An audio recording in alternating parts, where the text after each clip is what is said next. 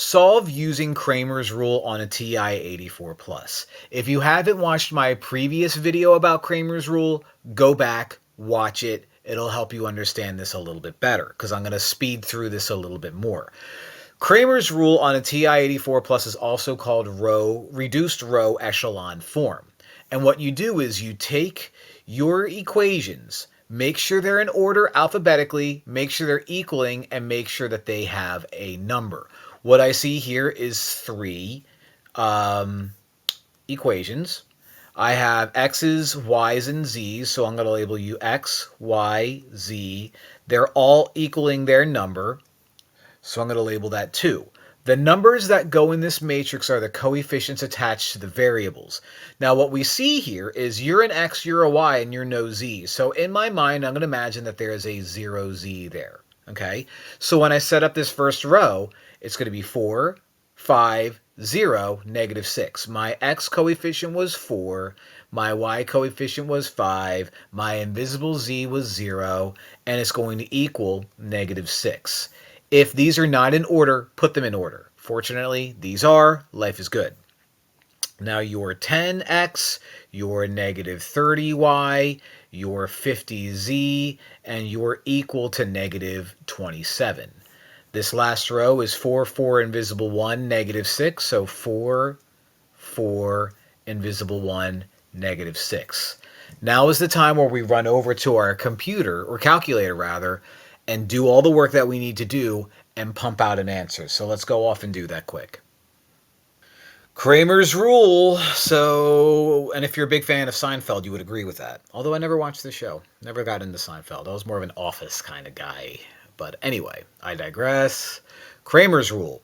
What we need to do is we need to take this matrix over here and plug it into here and do reduced row echelon form. So how do I make all this information into the matrix in my calculator? Hit second, x to the negative 1, and that takes you to the matrix section. Now I have to edit a matrix first. What we're looking at over here is 3 rows and 4 columns. So when we select the first one to enter, we're going to choose 3 by 4 to make it 3 rows and 4 columns. If for any reason you get it backwards, just type out the numbers you're supposed to type out and you'll be fine.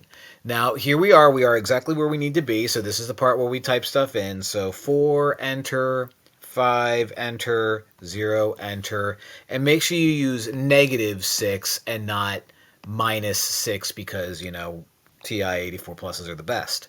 10, enter, negative 30, enter, 50, enter, negative 27, enter, 4, 4, invisible 1, negative 6.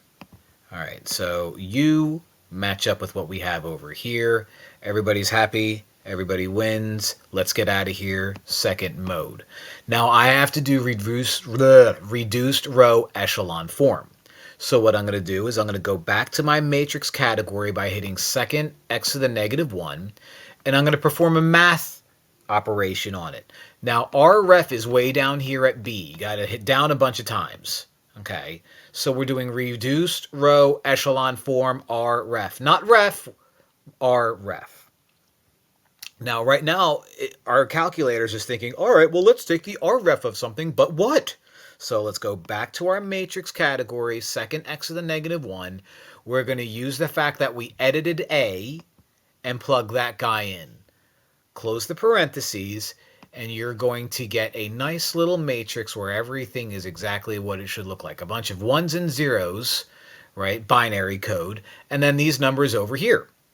So let's write that down and explain what that means. Okay, so the matrix we ended up getting was, again, a 3 by 4 matrix with a bunch of 1s and 0s, all right? We had 1, 0, 0, half, so 0.5.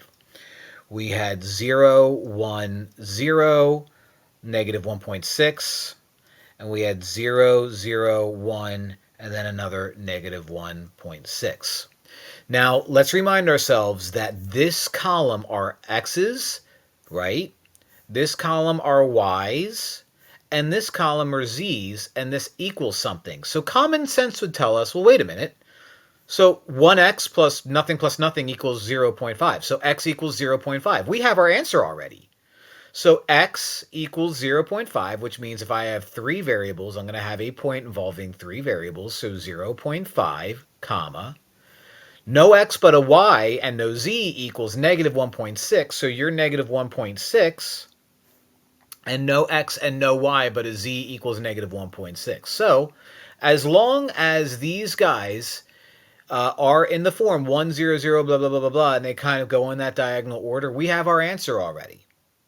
So if you're looking at this and saying, well, wait a minute, every single one of these solving system of equations problem, we could have just thrown it into our calculator and done it. Yep. You just have to make sure that everything's in order, x, y, and if necessary, z equals a number. Plug it in, get stuff out, get an answer, you're done. And that's the end of that section. This volume is finished. So, yeah, go back, watch all of them, like everything, comment. Comment your favorite side character from a 90s sitcom. Mine's not Cramer. Mine would 1000% be Uncle Joey. If you know who Uncle Joey is, comment what show that is. So, anyway, that's it. I'm done. Thanks for watching. Love you.